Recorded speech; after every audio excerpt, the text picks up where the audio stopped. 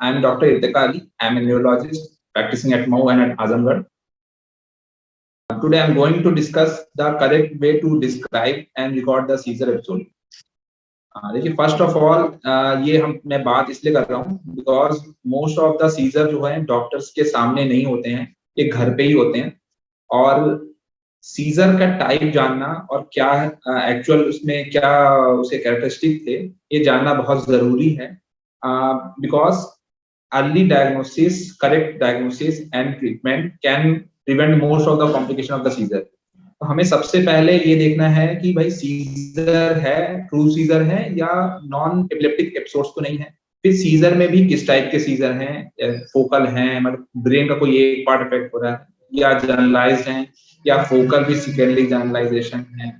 उसमें भी मोटर है जिसमें कि हम अमूमन देखते हैं जो कन्वर्जन स्पिट्स कहते हैं, जिसमें हाथ पैर का to and fro twisting movement होता है, या सिर्फ सेंसरी सीजर हैं, या ऑटोमेटिक ऑटोनॉमिक सीजर हैं, या कॉग्निटिव इंपेयरमेंट वाले सीजर हैं, या मायोक्लोनिक हैं।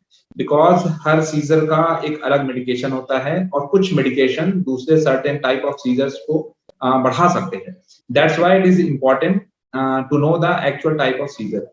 तो इसमें पेशेंट को और उनके अटेंडेंट को ये रिकॉर्ड करना बेहतर है कि बिफोर द सीजर क्या चीजें हो रही हैं, during the seizure and after the seizure. कुछ बातें उसी के रिगार्डिंग बताना चाहता हूँ। Hopeful I hope it is useful for the my patient and viewers.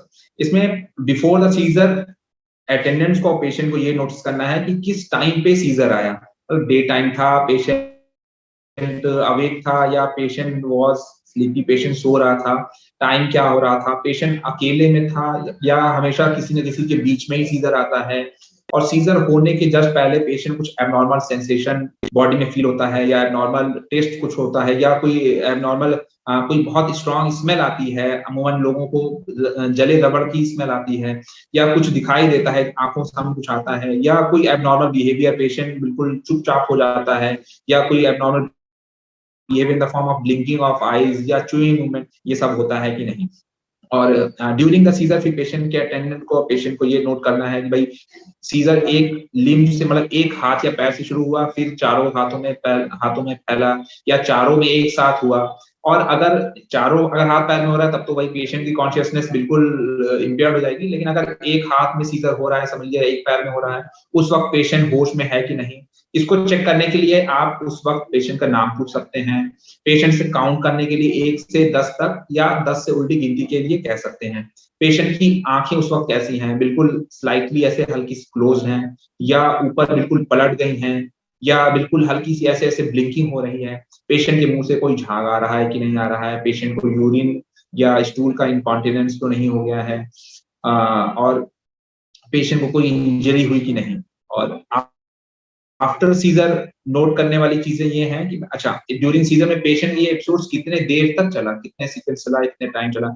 और आफ्टर द सीजर ये है कि अगर पेशेंट के ये जो मोटर सिम्टम्स है ये खत्म हो गए, इसके बाद पेशेंट फौरन कॉन्शियस हो जा रहा है, अपना काम एज यूजुअल जो था वो वापस करने लग रहा है, या थोड़ी देर के लिए कंफ्यूज सा है, या बिल्कुल स्लीपी सा है, फौरन सो जा रहा है, या कुछ एबनॉर्मल बिहेवियर कर रहा है।